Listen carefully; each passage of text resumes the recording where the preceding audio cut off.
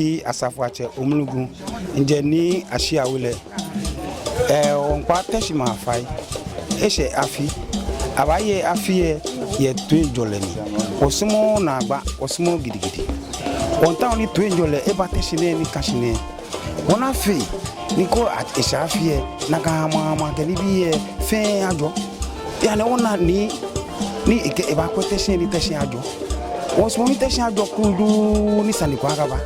Ele obi o Teshie na ke na anya etwi ana Mantse ni ba ko ma ha Meni o ma mi ni amsumo ni Teshie ajo wele ngwe twane mi wona Mantse ba ni Teshie ajo ludu ha wo wa safache me na wele wude nje won won ta won wonyenye ni ma nwe kashidi ha wo fe Osimo na agba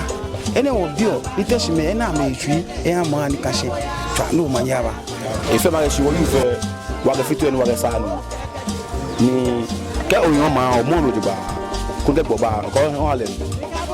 wo yufa ga fitu na chom ni aji ko de Teshie agbawe ayala mi tuntun de yes wo to Teshie afi ko be nti ti ga ni bi efe yan ni bi ane wo ma ya sese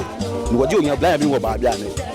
himbe jama shi se kan wa cho na ga fitu oni wo na ga wo sa ni wo bi na fi ni kan nyem enyo bla yin bi fe tinga yu fa wo fe ko mi mi wala yo no ga dumo share image ya ma fite ni omo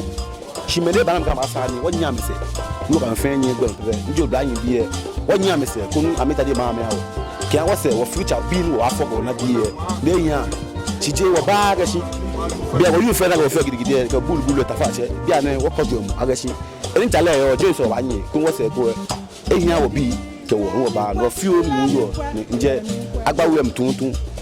ni ati akwawe ayala mtuntun je no mu fi o ni yo ga wonye ma ga fi o ni nye ke ama mbi di ake won pa me fai ko fe won to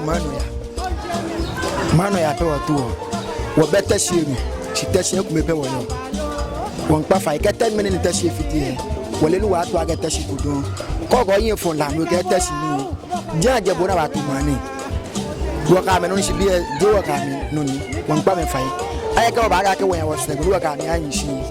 ama ye fo bo ko te ko be lu aga kun wo won kwa yu te fe fa ya ke shi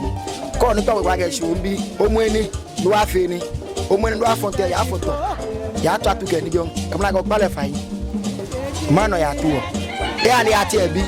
ama ale ati ebi adie ale bi mate ale bi mama na atu ne ganu tumu ni shi o pale fa yi kelele ni me fite wose obi ni baba ngele we atu npanye fa yi wa fi oni yen ke ma bi eni igbeji Asafuache oshi apin gagali